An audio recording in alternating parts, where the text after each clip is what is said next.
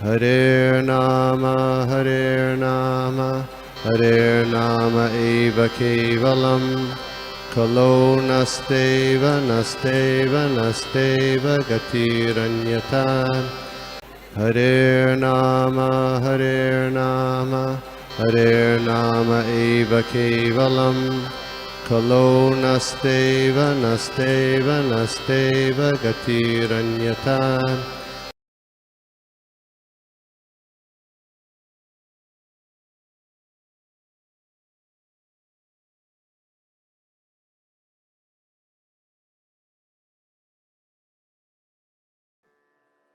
तो आज श्री प्रभुपाद जी का तिरुभाव दिवस डिसिप्लिन्स डे है। तो शास्त्र में कहा गया है कि जो वैष्णव होते हैं उनका अपीयरेंस या डिसिप्लिन्स दोनों भी ग्लोरियस है कि ये हम लोग जो है बहुत दुखी होते हैं या नो डाउट वो सेपरेशन जो है वो रहता है हम लोगों को। We are in separation because they are living in the material world. लेकिन हम लोगों को जो है ये समझना है कि दोनों चाहे अपीयरेंस हो या डिसअपीयरेंस हो, like great devotees they are glorious. तो जैसे व्रजप्रिया माता जी ने भी एक मैसेज डाला था साधु संघ पे, तो उसमें भी वही था कि जो डिसअपीयरेंस ऑफ स्पिरिचुअल मास्टर और both are like beautiful just like sunrise and sunset. तो जैसे सनराइज भी जो है बहुत सुंदर होता है और सनसेट भी है बहुत सुंदर होता है, लोग दोनों देखने के जाते हैं और आकर्षित होते हैं। तो वैसे ही जो भगवान के शुद्ध भक्त हैं उनका अपीयरेंस और डिसअपीयरेंस दोनों ग्लोरियस है। तो हम लोगों को पता है प्रभुपाद जी क्या क्या किया, but still will glorify him. अपने शुद्धि के लिए हम उनकी स्तुति करेंगे। तो प्रभुपाद जी का जन्म हुआ था 1896 में। उनके पिता का नाम था गौर मोहन डे और उनका जन्म का नाम था अभय चरण डे। तो उनका नाम ही कितना था, अभय चरण, यानी अभय यानी फियरलेस, तो उनका नाम ही था फियरलेस। और उनके पिता जो थे वो एक कपड़े के व्यापारी थे और वो एक ट्रेडिशनल बंगाली फैमिली में थे। और काफी जो थे उनके घर में जो माहौल था तो काफी उनके जो पिता हैं वो काफी स्पिरिचुअल आध्यात्मिक गुणों वाले व्यक्ति थे। और हम सोचते हैं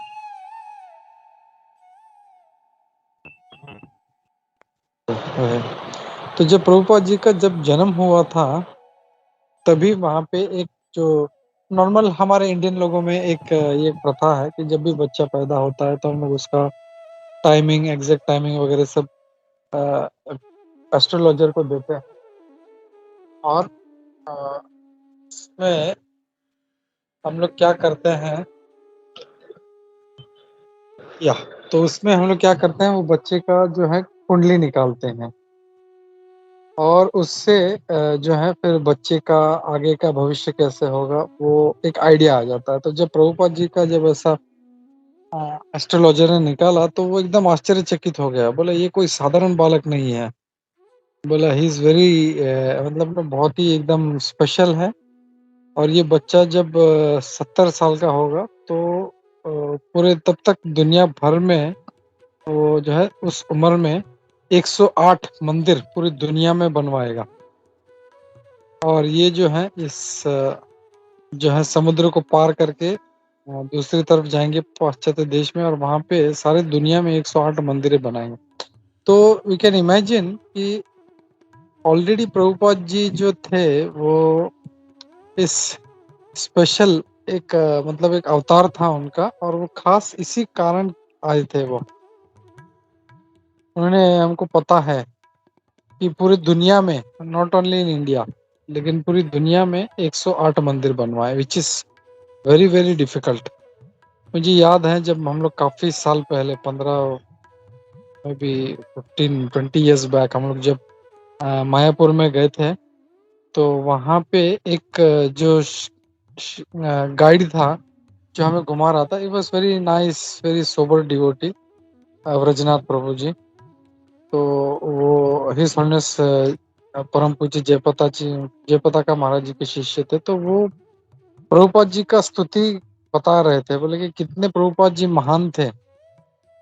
बोलते हैं प्रभुपाद जी ने परम पूज्य जयपताका महाराज जी को आदेश दिया था कि आप मायापुर को डेवलप करो।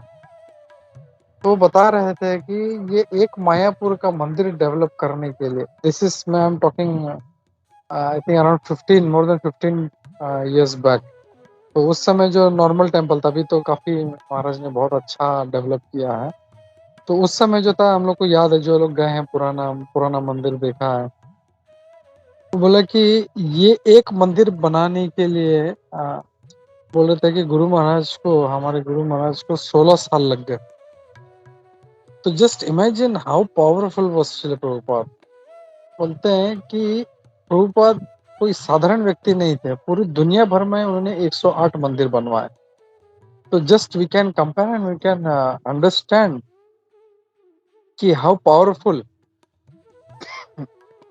कितने मतलब जो है एक शक्तिशाली अवतार थे वो।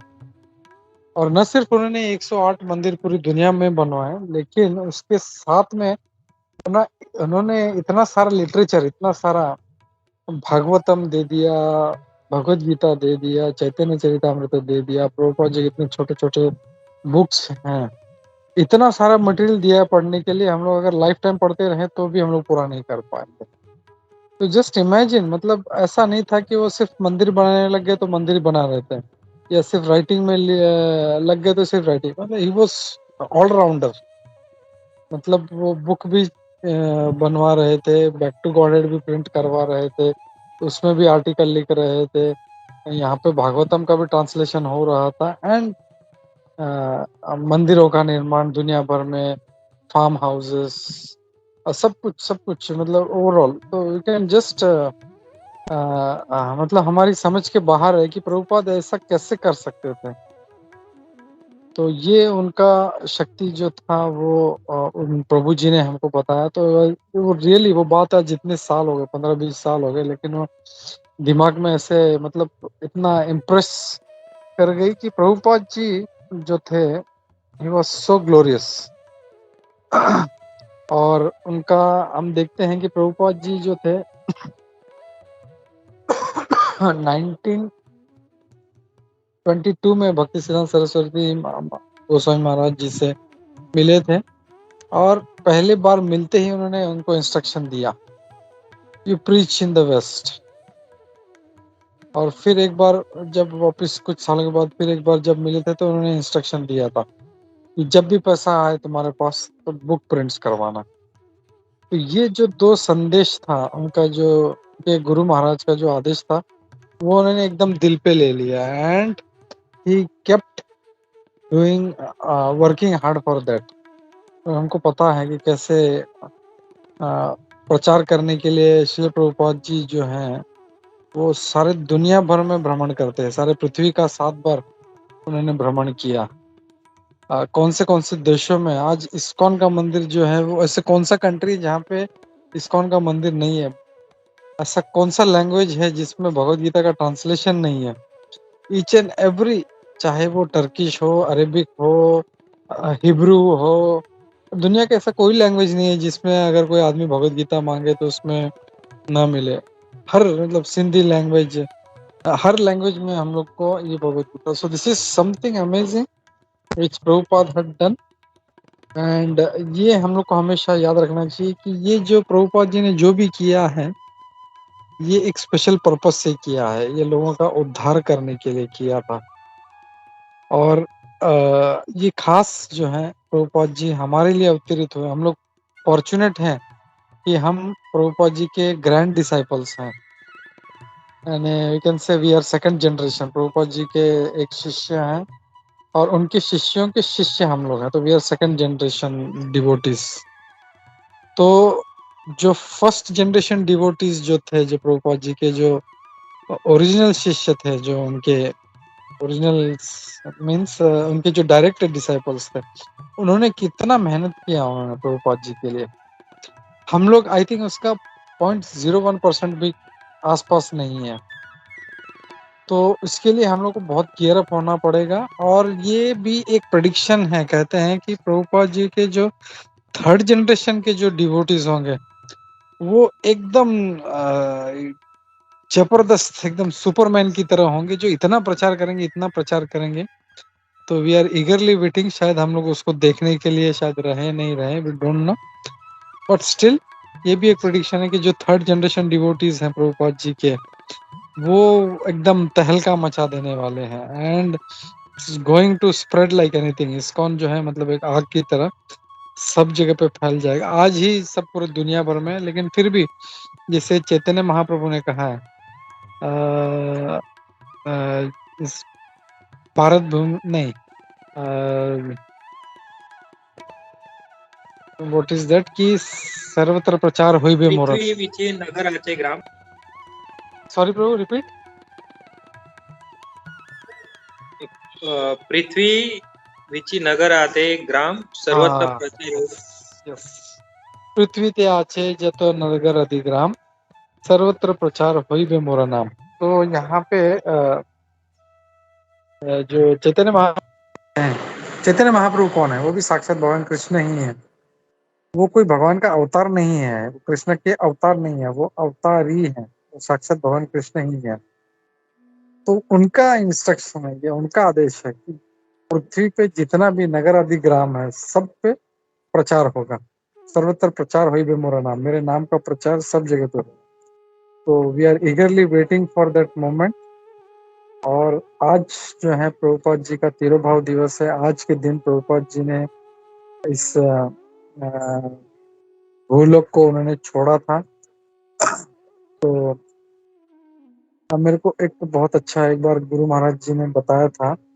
तो जस्ट प्रभुपाद जी का एक जो पास टाइम है before living this material world, I just want to share that. तो प्रभुपाद जी काफी वीक थे। हम लोग कई प्रभुपाद जी के जो है, जो लास्ट टाइम की जो वीडियो अगर किसी ने देखा है, तो विल सी कितने वीक, कितने फीबल एकदम ऐसे मतलब हो गए थे, इतने कमजोर हो गए थे। मतलब जस्ट बोल सकते हैं कि जस्ट एक मतलब स्केलेटन बचा हुआ था, वो सो वीक।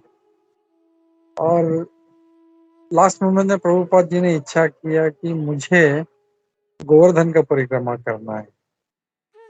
तो जैसे सब ने सुना तो there was so much chaos. बोले अरे कैसे हो सकता है? तो आधे जो लोग थे लगभग, वो बोले नहीं नहीं नहीं नहीं, प्रभुपाद इज सो वीक। एक हट्टा कट्टा आदमी भी अगर बैलगाड़ी पर बैठ जाएगा तो वो मतलब परिक्रमा में ही उसका जो है मतलब इतना थक जाता है। And Prabhupada is already so weak. So how can we allow Prabhupada to do this परिक्रमा? और कुछ जो थे शिष्य वो ये कह रहे थे कि नहीं नहीं, ये प्रभुपाद जी का इच्छा है, उनका अंतिम इच्छा है, तो हमको लेके जाना चाहिए। तो there was a big tussle. तो आई डोंट रिमेम्बर एग्जैक्टली उसका कंक्लूजन क्या हुआ था। प्रभुपाद आई थिंक शायद उसमें नहीं गए थे। प्रभुपाद जी ने फिर आखिर में मना कर दिया, बोला ठीक है चलो आप लोगों की इच्छा है तो मैं नहीं जाता। बट उसका जो प्रभुपाद लीलामृता में हम लोग आगे देखेंगे कि कैसे मतलब जो है प्रभुपाद जी के जितने शिष्य थे जो उनसे प्रेम करने वाले थे, दे वर रियली क्राइंग, बोलते no Prabhupada, no Prabhupada, please don't go, please don't go, हम आपको ऐसा नहीं भेज सकते हैं करके। तो विल सी दैट ऑल्सो। तो मतलब हम लोग इस एपिसोड से, इस लीला से, प्रभुपाद जी की लीला से हम लोग ये सीख सकते हैं कि प्रभुपाद मतलब वो बिस्तर पे हैं। आज मेरा तबीयत ठीक नहीं है, लेकिन फिर भी मेरा मन करता है अरे छोड़ो यार, आज मैं क्लास मिस नहीं करता हूँ, कभी कभी ये इधर नहीं जाता हूँ, कभी उधर नहीं जाता हूँ। लेकिन Prabhupada is so great. He was जैसे हमने आज सुबह देखा था, ही वाज महाभागवत डिवोटी। तो वो उस कंडीशन में भी प्रभुपाद जी जो है वो बोल रहे हैं मुझे गोवर्धन परिक्रमा करनी है। तो ही सच ए ग्रेट। और उनका अगर हम लोग देखें कि लास्ट जो वीडियो है उसमें लास्ट मोमेंट तक प्रभुपाद जी जो है ट्रांसलेशन दे रहे हैं, प्रभुपाद इंस्ट्रक्शंस दे रहे हैं क्या करना है क्या नहीं करना है। ऐसा नहीं, हम लोग थोड़ा सा बीमार पड़ते हैं तो अरे यार थोड़ा सा मुझे आराम करने दो, मेरा शरीर थक गया है, या ये लेके आओ वो लेके आओ। But Prabhupada till the last moment he was Krishna conscious.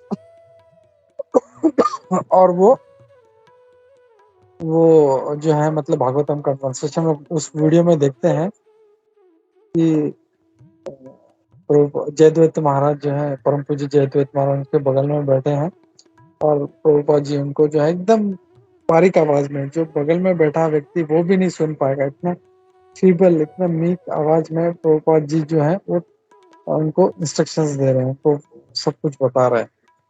तो ये प्रभुपाद जी का जो है स्तुति है। हम लोग चाहे जो भी करें, we can never thank Shri Prabhupada ji. कभी भी हम लोग जो है उनको, उन्होंने जो किया है उनका हम बिल्कुल भी हम लोग रिटर्न हम लोग किसी भी परिस्थिति में नहीं कर सकते। तो यही हम लोग प्रार्थना करेंगे कि प्रभुपाद जी से आज इनके तिरुभाव दिवस पे कि वो अपना कृपा हम जैसे नालायक जो है उनके ऊपर बनाए रखे, ताकि हम लोग जो है जैसे फर्स्ट जनरेशन डिवोटीज में जो एक बोलते हैं ना एक फायर है कि हमको ये करना है, ये प्रचार करना है, ये मंदिर बना, वैसा हम लोग भी उतने ही सीरियस हो अपना भक्ति कार्य में, अपने गुरु महाराज के इंस्ट्रक्शंस में हम लोग इतना सीरियसली लें ताकि हम लोग जो है अपना ही उद्धार कर सके हम लोग। तो इसी प्रेयर के साथ मैं यहाँ पे रुकता हूँ। If somebody wants to share please do। हरे कृष्णा। श्री प्रभुपाद की जय। श्री प्रभुपाद तिरुभाव दिवस की जय। हरे कृष्णा।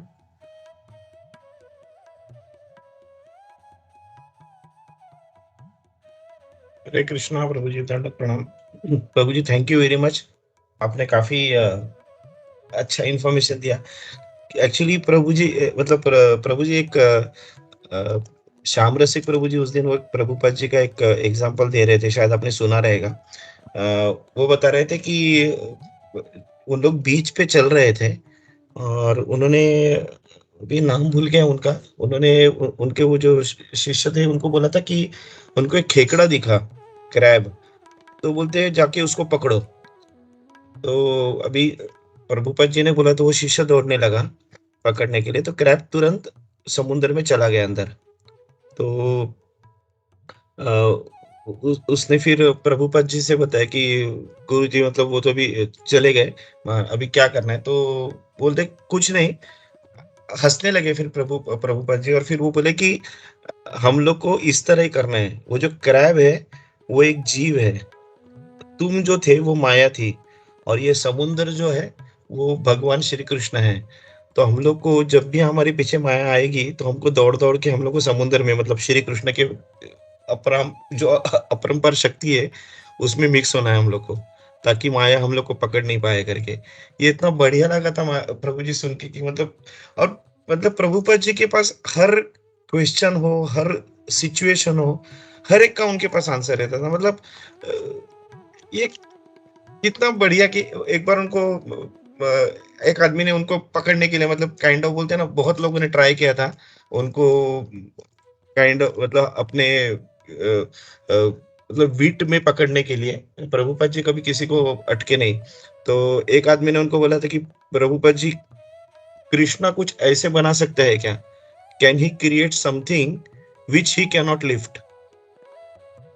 तो उसमें दो चीज हो गए थे, मतलब कि प्रभु मतलब अगर भगवान बना सका तो वो उठा नहीं सकेगा, तो फिर वो पावरफुल नहीं हुआ। और अगर वो नहीं बना सका, जो उठा नहीं सकेगा, तो मतलब वो फिर उसमें वो मतलब कृष्ण फिर वापस ऑल पावरफुल कैसे होगा कि वो बना नहीं सकेगा। तो मतलब उसने प्रभुपाद जी को पकड़ने के लिए ट्राई किया, तो प्रभुपाद जी ने बोला कि yes he can create which he can not lift, but in the second moment he will lift it. तो वो आदमी तुरंत चुपचाप बैठ गया, क्योंकि उसको मतलब भगवान बना सकते हैं जो बना उठा नहीं पाएंगे, लेकिन तुरंत वो उठा देंगे उसके बाद।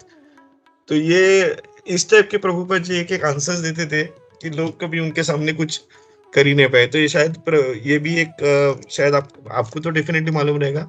ये शेयर करता हूँ अगर किसी को, उनको किसी ने एक बोला था कि प्रभुपद जी, अगर एंड में पूरा मतलब आपने इतना सब कुछ त्याग किया है और एंड में अगर आपको पता चला कि कृष्ण नहीं है, तो आपको क्या लगेगा?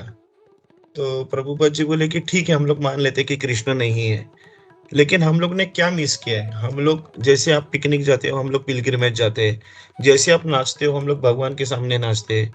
आप जैसे गाना सुनते हो, गाना गाते हो, हम लोग भगवान के कीर्तन गाते हैं। आप जैसे होटल में जाके खाना खाते हैं, हम लोग एकादशी फीस्टिंग करते हैं, हम लोग प्रसादम खाते हैं। हम लोग ने मिस क्या किया? हम लोग ने कुछ नहीं मिस किया। आप जो कर रहे हो वो सेम एंजॉयमेंट हम लोग कर रहे हैं, सिर्फ हम लोग ने सामने अपने कृष्ण को रखा है। आपके पास माया है, हमने सामने कृष्ण को रखा। अभी आप मेरे को बताओ कि अगर आपके एंड में आपको पता चला कि कृष्ण है, तो आप क्या करोगे? तो उस समय वो आदमी तुरंत चुप बैठ गया, कि उसको पता चला कि मतलब प्रभुपद जी ने उसको तुरंत पकड़ लिया कि इस टाइप के जो प्रभुपद जी क्वेश्चन और आंसर्स मतलब आंसर्स देते थे कि सामने वाला आदमी कुछ नहीं कर सकता था। मतलब उसको लगा वो अपने मुंह पे मुंह के बल गिर जाता था। तो इतने बढ़िया मतलब पास्ट टाइम्स है प्रभुपद जी के, मतलब जितना बताएंगे उतने कम है। तो मतलब एक मैं तो मान सकते हैं कि जिस उम्र में लोग रिटायरमेंट लेते हैं, रिटायरमेंट तो दूर की बात है, रिटायरमेंट तो लोग 58 की उम्र में लेते हैं। उसके बाद अपने बिस्तर से उठते नहीं है, सब कुछ बिस्तर पे ऑर्डर करते हैं, खाना हो, पानी हो, जो भी हो, बिस्तर पे ऑर्डर करते हैं। उस उम्र में प्रभुपाद जी ट्रैवलिंग करके एक नया मतलब क्या बोलते हैं, रिवोल्यूशन क्रिएट करते हैं। एब्सोल्यूट मतलब जिस उम्र में लोग चल नहीं पाते, उस उम्र में प्रभुपाद जी ने पूरा रिवॉल्यूशन क्रिएट किया, इंटर वर्ल्ड को चेंज किया। जय श्री प्रभुपाद, जय Shri Prabhupada. Hare Krishna. Thank you Prabhu ji. Hare Krishna. Thank you Prabhu, for sharing this wonderful pastimes of Shiva Prabhupada. Thank you. Yes, Jaya. हरे कृष्ण प्रभु। मुझे भी ये आज के प्रसंग के साथ कुछ शेयर करना था कि जो आपने इसमें जिक्र किया वो 10,000 गोल्डन इयर्स, जो जिसमें प्रभुपाद की जो थर्ड जनरेशन आएगी। तो प्रभु मैंने आई थिंक सूरत माता प्रभु जी ने भी एक बार एक वीडियो शेयर किया था साधु संगा पे, जिसमें आई थिंक वो प्रभु जी को ही बोल रहे थे कि थर्ड जनरेशन जो आएगी वो इतना प्रचार करेगी कृष्ण कॉन्शियसनेस का कि मीन्स लोग मीन्स बहुत ज़्यादा अच्छे से प्रचार होगा इस कृष्ण कॉन्शियसनेस का, जितना कि अभी शायद मतलब काफ़ी टाइम से नहीं हुआ। तो मैं प्रभु एक लेक्चर सुन रही थी, आई थिंक किसी का ये अमोघ लीला प्रभु जी का। तो अमोघ लीला प्रभु जी कह रहे थे उसमें कि वो जो जनरेशन है थर्ड जनरेशन वो अभी चल रही है, करंटली वो प्रभु इट्स गोइंग ऑन। क्योंकि अगर हम देखते हैं यूट्यूब में भी माधवास रॉक बैंड है, जो कि वो लोग भी यूथ प्रीचिंग मतलब वो खुद यूथ है और वो काफ़ी प्रोग्राम्स भी करते हैं। साथ ही साथ they are the initiated devotees of his holiness Gopal Krishna Goswami Maharaj के बहुत डिवोटीज हैं। और अमोघ लीला प्रभु जी आई थिंक खुद वो भी हैं। और ये यूथ में उनका बहुत नाम है, उनको बहुत सारे मैं उनके जितने भी वीडियोस देखती हूँ अब मतलब उसमें जो होस्ट रहते हैं वो चाहे एमपी में या कहीं पे, वो खुद ही उनको बोलते हैं प्रभु जी आपके जो लेक्चर्स है यूथ में तहलका मचा रहे हैं। ये यूथ बहुत मतलब इंस्पायर और मोटिवेट और एनकरेज हो रहा है उससे, सुन रहे हैं अभी यूथ भी। और तो प्रभु जी बोल रहे थे उसमें कि अमोघ लीला प्रभु जी कि ये जो जनरेशन है ये आ चुका है और ये स्टार्ट हो गया है। और अभी हम देखते हैं गोविंद कृष्णदास प्रभु जी भी एक हैं, he is also I think ISKCON Gurgaon only and he also make so many videos and all. Though वो कभी-कभी थोड़ा इधर-उधर भी मतलब Shiva ji and all this थोड़ा वो भी दिखाते हैं, but he is also there. So I think Prabhu वो जो जनरेशन की बात हो रही थी थर्ड वाली, जो कृष्ण प्रचार बहुत अच्छे से और पूरे मतलब पूरे जोर से करेंगे, पुरजोर तरीके से, वो भी because accordingly if you go by what मुगलिया प्रभु जी सेड, वो भी शुरू हो चुका है, चल रही है प्रभु करंटली। तो प्रभु इस पे आप कुछ बोलेंगे?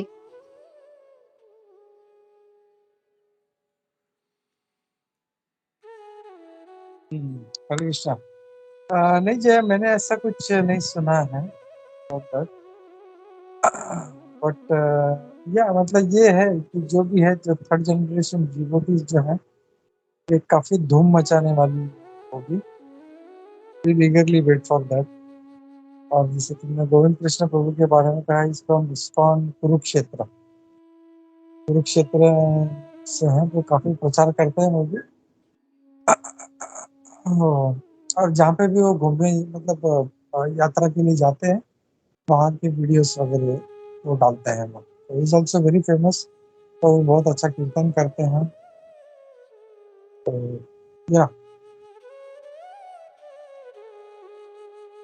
या thank you. Anybody else wants to glorify Shri Prabhupada ji? Pavan Prabhu. Hare Krishna. दंडवत प्रणाम प्रभु जी, आपको और सभी भक्तों को दंडवत प्रणाम। थैंक यू प्रभु जी। मैं प्रयास करता हूँ प्रभु जी। ओम विष्णु पदाय कृष्ण पृष्ठाय भूतले श्रीमदे भक्ति वेदांत स्वामी निति नामिने नमस्ते सरस्वती देवी गौरवाणी प्रचारिणे निर्विशेष शून्यवादी पाश्चात्य देशतारिणे।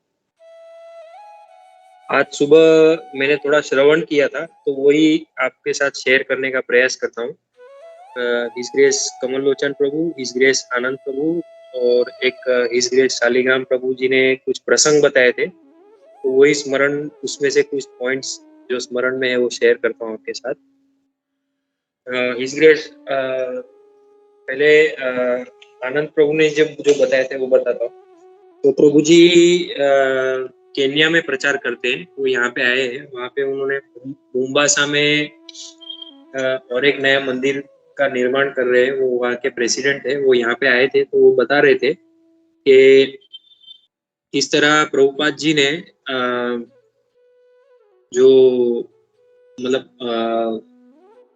बहुत सारे अलग अलग जो खंड है, कॉन्टिनेंट से वहाँ पे प्रचार किया। तो एक अफ्रीका रह जा रहा था, तो उनको मन में था कि अफ्रीका में जाके प्रचार करना है। तो उनको बम्बई में एक छोटे लाल पंड्या करके एक व्यक्ति थे उस समय में, तो उन्होंने उनको उनका केन्या में मुम्बासा करके एक स्थल है, तो वहाँ पे उनको उनका बंगलो था। तो उन्होंने प्रभुपाद जी को आमंत्रण दिया कि आप वहाँ पे आइए, आपका सेहत भी अच्छा हो जाएगा, स्वास्थ्य भी अच्छा हो जाएगा और आप वहाँ पे कुछ ऐसा ये भी कर सकते हैं, प्रचार प्रवचन। तो प्रभुपाद जी को वो बहुत अच्छा लगा। तो प्रभुपाद जी ने उस समय ब्रह्मानंद प्रभु और दूसरे शिष्यों को बोला कि वहाँ पे जाना चाहिए, अफ्रीका में प्रचार करने का ये अच्छी संधि मिली है। तो उन्होंने ब्रह्मानंद प्रभु जी को पहले वहाँ पे भेजा। तो उस समय तो मतलब ब्रह्मानंद प्रभु और उनके साथ एक दो भक्त वहां से मतलब बाय रोड, फिर बाय ट्रेन, फिर बाय ये जो समुद्र मार्ग से भी वो वहां पे पहुंचे। और वहां पे जाके उन्होंने प्रयास कर रहे थे प्रचार करने का। फिर प्रभुपाद जी वहां पे गए, वो वहां से केन्या नायरोबी गए और वहां से फिर एक फ्लाइट लेके मुम्बासा गए और वो छोटेलाल जी का जो घर था वहां पे वो रुके। और वहां पे उन्होंने देखा एक वो जो स्थल देखा, वो स्थल तो उनको बहुत रमणीय लगा। उन्होंने बोला ये तो स्वर्ग जैसा है। तो उन्होंने वहां पे फिर प्रचार का प्रयास, मतलब उन्होंने वहां पे ऐसा वहां पे जो प्रचार कर रहे थे ब्रह्मानंद प्रभु और वो लोग, तो वो वहां पे जो भारतीय मूल के लोग थे वो ज्यादा वहां पे धनाढ्य लोग थे, जो आज के समय में लंदन और दूसरे यहाँ पे कनाडा में स्थायी हुए। लेकिन वहां पे वो उनका वहां पे जो थे वे लोग उनके घर पे जाके वहां पे प्रचार करते थे। तो वो लोग बहुत अच्छा मतलब उनको ये अवकार और वो सब देते थे। और उनको तो ये जब प्रभुपाद जी को पता चला कि वहां पे जाके भारतीय लोगों को प्रचार हो रहा है, तो प्रभुपाद जी ने बताया कि हमें यहाँ के जो स्थानीय हैं, जो अफ्रीकन लोग हैं, उनको प्रचार करना है। तो वो प्रचार करने ऐसे निकले। तो वहां पे ब्रह्मानंद प्रभु जी ने बताया कि हमको यहाँ पे थोड़ी दुविधाएं हो रही है। तो भी प्रभुपाद जी ने बोला कि नहीं, हम यहाँ पे इनको भी प्रचार करेंगे। तो एक ऐसा कार्यक्रम की योजना की और वहां पे प्रभुपाद जी ने सबसे आगे वो चल रहे थे योजना करने के लिए, मतलब वो प्रचार करने के लिए। सबने बोला कि प्रभुपाद जी आप पीछे रहिए, तो भी प्रभुपाद जी सबसे आगे चल रहे थे। और वहां पे एक कार्यक्रम की योजना की, उसमें वहां के 3000 अफ्रीकी लोग आए थे वहां पे ये प्रोग्राम में। तो उन्होंने वहां से उसका जो प्रभु जी बोल रहे थे कि जो अभी नायरोबी में भी मंदिर है, भगवान सीताराम लक्ष्मण जी भी वहां पे विराजित है, तो उसके पहले सबसे पहले वो मुंबासा में गए थे और वहां से उन्होंने ऐसे प्रचार की शुरुआत की। फिर एक जगह उन्होंने प्रचार किया, फिर उन्होंने वहां पे जहाँ पे उनको रहने मिला था, तो वहां पे प्रभुपाद जी ने अपना जो अपने वस्त्र है, धोती कुर्ते और वो सब धो के एक जगह सुखाए थे। तो फिर बाद में थोड़ी देर में बाद में वहां पे जाके देखा तो वो वहां पे नहीं थे। फिर प्रभुपाद जी ने दूसरे कपड़े मतलब वही मतलब दूसरे जो उनके वस्त्र थे वो धारण करके वो एक कार्यक्रम में गए, तो वहां पे उन्होंने देखा कि एक स्थानीय जो व्यक्ति था वो प्रभुपाद जी के ही वो कपड़े वही पहन के उनके सामने बैठा था। तो प्रभुपाद जी को बहुत अच्छा खुशी हुई, आनंद हुआ कि अरे वाह, चलो किसी ना किसी बहाने तो सब लोग यहाँ पे जुड़ रहे हैं। वहाँ के स्थानीय लोगों का ऐसा होता था कि वो अपना अधिकार समझते थे, वो उसे चोरी नहीं समझते थे, वो अधिकार समझ के वो मतलब ऐसे उससे ले लेते थे। तो ऐसा वहाँ की एक लीला इसग्रेस आनंद प्रभु जी ने शेयर की। इसग्रेस कमल लोचन प्रभु जी ने भी बहुत अच्छा उनके बारे में एक मेलबर्न के एक भक्त है, वरिष्ठ भक्त, उन्होंने प्रभुपाद जी के बारे में श्लोक में एक जैसे यहाँ पे हम अष्टकम होते हैं वैसे उनके बारे में उन्होंने स्तुति बनाई है संस्कृत देवनागरी में। तो इसलिए कमल लोचन प्रभु जी ने उसका बहुत सुंदर वर्णन किया। तो उसमें से कुछ पॉइंट्स जो मुझे स्मरण है वो शेयर करता हूँ। कमल लोचन प्रभु जी बता रहे थे कि प्रभुपाद जी की कृपा से हमें जो ये ग्रंथ है वो मतलब जैसे प्रभु जी बता रहे थे कि जो हमारा वैदिक ग्रंथ है वो बहुत ही मतलब सूक्ष्म रूप से समझने के लिए उसकी योग्यता चाहिए और उसमें जैसे वो इतना सरल नहीं है और उसे समझने के लिए हमारी योग्यता भी चाहिए। लेकिन प्रभुपाद जी की कृपा से उन्होंने वो ग्रंथ को इतना सुगम कर दिया कि प्रत्येक व्यक्ति उसे अपने जो दैनिक जीवन की जो आवश्यकता है वो भी उसमें से वो ग्रंथ में से ले सकता है। जैसे किसी की सामाजिक कोई कठिनाई है, किसी की पारिवारिक कठिनाई है या किसी को कुछ आध्यात्मिक भी कुछ जानना है, तो वो श्रील प्रभुपाद जी के जो ग्रंथ है वो उसमें और हिज ग्रेस कमल लोचन प्रभु बता रहे थे कि ऐसे तो ग्रंथ बहुत सारे लिख देते हैं, जैसे ये कृष्णा मूर्ति, बाद में ये जैसे हिज ग्रेस सनातन निताई प्रभु भी बोल रहे थे कि वो कर्ण के बारे में किसी ने वो लिख दिया था, तो उसे वो ऐसे ग्रंथ बहुत सारे लिख देते हैं। लेकिन प्रभुपाद जी ने जो लिखा है वो ग्रंथ नहीं है, वो व्याख्यान है। व्याख्यान का अर्थ ये होता है कि उन्होंने स्वयं आचरण में किया और उन्होंने वो सबके लिए उपलब्ध करवाया सरल भाषा में, जो सब लोग अपने जीवन में भी उसका कर सकते हैं। और श्रीला प्रभुपाद जी ने जैसे भगवत गीता है, श्रीमद् भगवत गीता, उसमें वो पूरा तत्व का ज्ञान है, मतलब पूरा फिलोसॉफी है। लेकिन श्रीला प्रभुपाद जी की कृपा से वो जो फिलोसॉफी है उसको प्रभुपाद जी ने इस तरह उसमें उसका जैसे गुरु शिष्य परंपरा में ही उन्होंने लिखा है, लेकिन उसका उन्होंने ऐसा व्याख्यान उसमें बताया है, वर्णन किया है कि उसमें रस आता है, जैसे कथात्मक रूप में से, मतलब वो तात्विक सिद्धांत है, वो उसमें रस मिलता है और उसमें से जैसे सब कोई जो भी वो पढ़ता है तो उसे उसका उत्तर मिलता है। और फिर प्रभुपाद जी ने ये भी बताया, मतलब हिज ग्रेस कमल लोचन प्रभु जी ने ये भी बताया कि श्रील प्रभुपाद जी ने जो एक ग्रंथ लिखा द लाइट ऑफ भागवतम, वो श्रीमद् भागवतम का 10वें स्कंद से उन्होंने वो बताया। अभी श्रीमद् भागवतम में 10वां स्कंद जो है वो उसमें पूरा रस है, उसमें पूरा कथा है, लेकिन प्रभुपाद जी ने उसमें से सिद्धांतिक तत्व जो है वो उसमें से उन्होंने सब ढूंढ के वो बताया द लाइट ऑफ भागवतम में। तो ऐसे प्रभुपाद जी के बारे में उन्होंने बहुत वर्णन किया, तो उसमें से ये थोड़ा स्मरण था वो शेयर किया। फिर और एक हिज ग्रेस शालिग्राम प्रभु है, उन्होंने भी बहुत अच्छा एक कथा बताई जो आपके साथ शेयर करता हूँ। प्रभुपाद जी का जब ये समय हो रहा था तो अंत समय, तो प्रभुपाद जी मतलब शालिग्राम प्रभु बता रहे थे कि जब भी उनको थोड़ा अच्छा लगता था तो प्रभुपाद जी बोलते थे अभी मैं प्रवास करूंगा। तो प्रभुपाद जी 1976 के एंड में या उस समय में लंदन में गए, तो उस समय उनका भारत में थे, तभी स्वास्थ्य थोड़ा अच्छा हुआ तो लंदन में गए। तो लंदन में गए तो वहां पे वापस उनका स्वास्थ्य थोड़ा बिगड़ा, तो फिर शिला प्रभुपाद जी और शिष्य लोग सब वापस भारत आ गए। वो लोग मुंबई में आए। मुंबई में आए तो शिला प्रभुपाद जी ने ये बताया कि मुझे वृंदावन जाना है और अब मुझे शरीर छोड़ना है।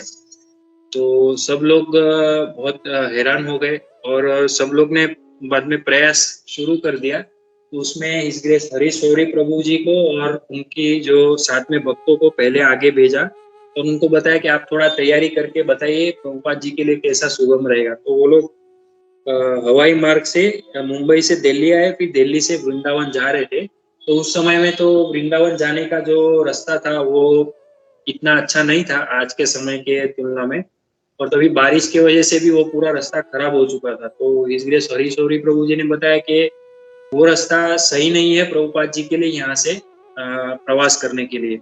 तो फिर दूसरा ये जो ऑप्शन था वो था ट्रेन से।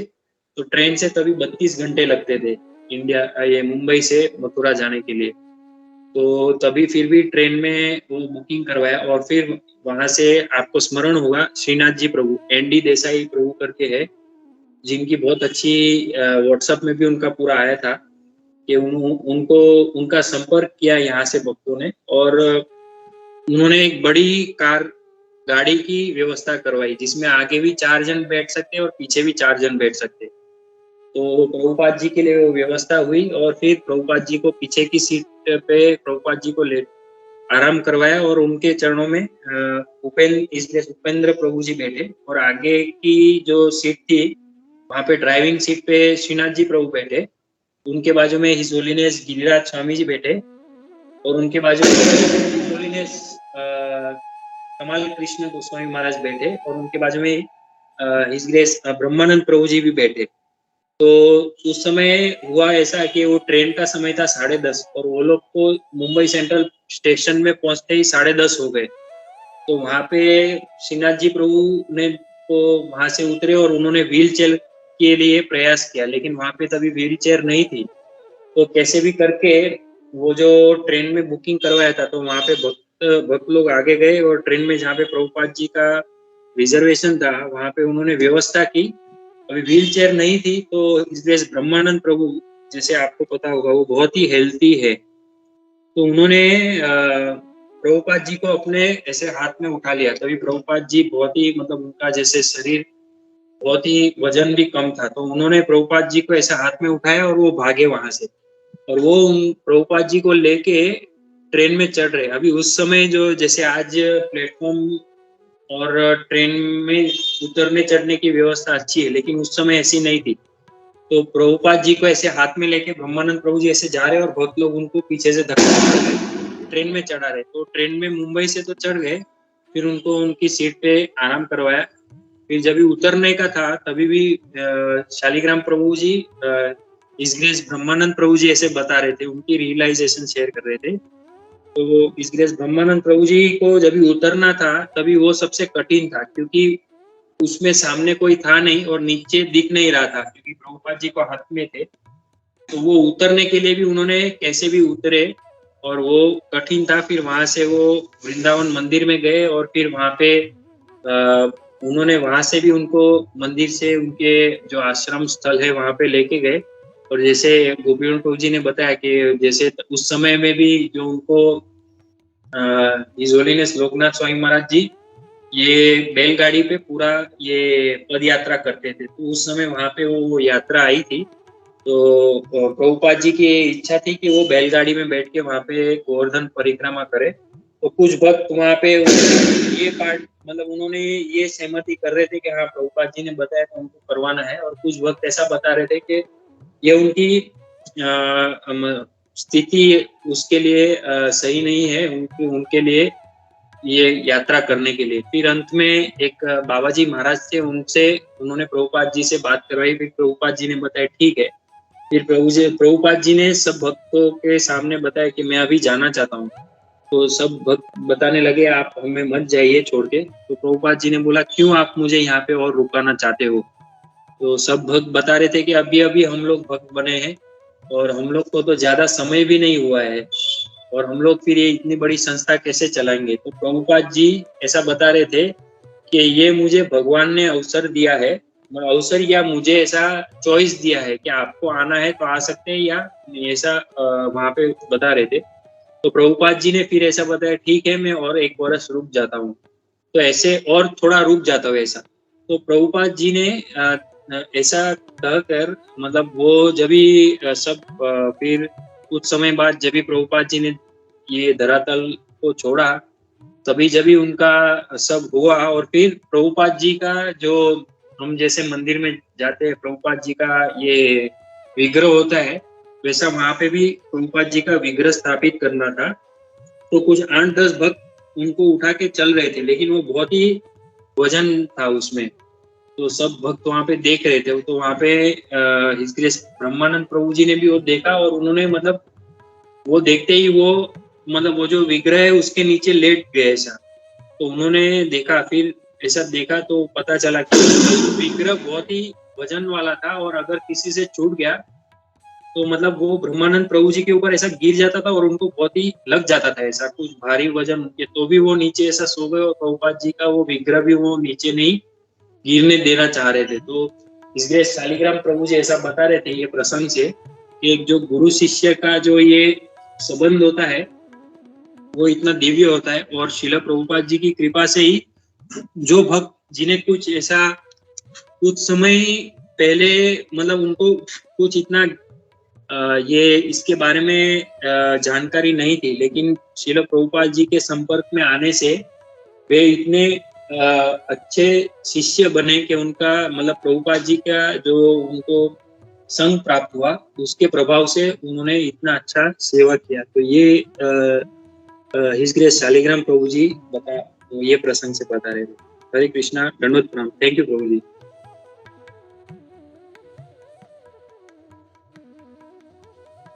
थैंक यू जी पान Prabhu, thank you very much. Hare Krishna. Yeah, anybody else would like to share? Prabhu ji, Sanatan Nitai Prabhu ji ने हैंड रेस किया था। Yeah, okay. Hare Krishna Prabhu ji, if anyone wants to say तो मैं रुकता हूँ, नहीं तो अगर किसी के पास नहीं है तो एक जस्ट एक इंसिडेंस बताना चाह रहा था एक।